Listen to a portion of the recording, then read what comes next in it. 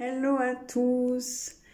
Donc la semaine dernière, si vous me suivez, il n'y a pas eu de vidéo, mais je ne vous oubliez pas, la semaine dernière c'était mon anniversaire, donc je remercie tous ceux qui m'ont souhaité mon anniversaire déjà. Donc cette semaine c'est la vidéo sur la vocation.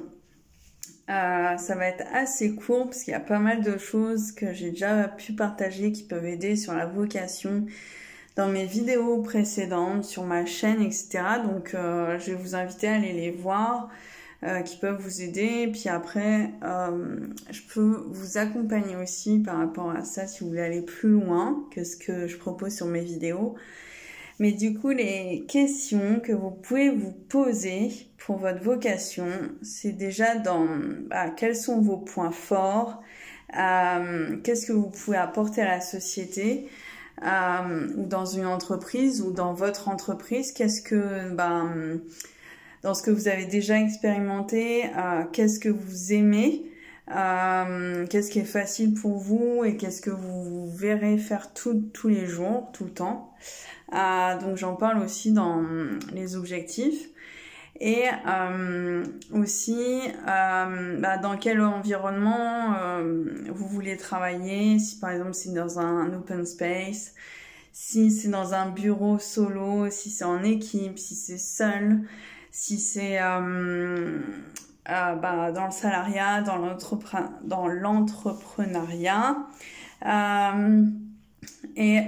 Qu'est-ce que vous pouvez apporter, quels sont vos points forts que vous pouvez apporter à une équipe, si vous êtes salariat par exemple, à vos clients, si vous êtes dans l'entrepreneuriat ou vos fournisseurs, quelle est la relation que vous voulez avoir avec l'extérieur, si c'est plutôt beaucoup de relations, pas beaucoup, mais quelle relation, quel type de relation vous voulez avoir, si c'est beaucoup avec l'extérieur ou pas beaucoup avec l'extérieur, que ce soit des clients, des collègues, des responsables, etc. Si c'est proche de la nature, si c'est dans une grande ville ou plutôt dans la campagne, dans la nature, etc. C'est dans quel environnement? Tout ça, ça concerne l'environnement, quoi. C'est si c'est dans une grande ville ou pas. Ou plutôt dans la campagne, dans la nature, etc.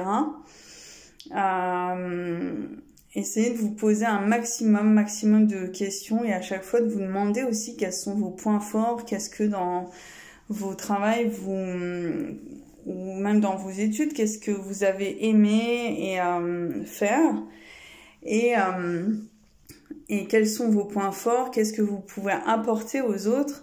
Et qu'est-ce que vous aimez des relations que vous pouvez avoir à qu'est-ce que vous aimez avoir comme relation avec les autres, et pas en n'étant pas dans le fantasme mais en voyant le bon côté et le mauvais côté des choses.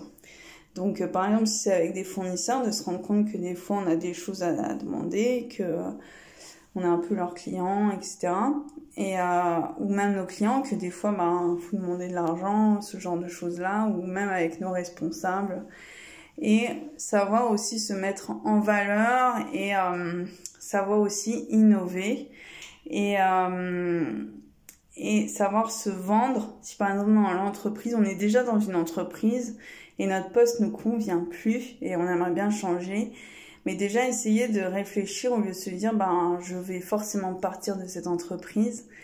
Est-ce que je peux pas? Qu'est-ce que j'aime dans ce poste-là? Et qu'est-ce que je peux proposer de nouveau à cette entreprise avant d'envisager de partir?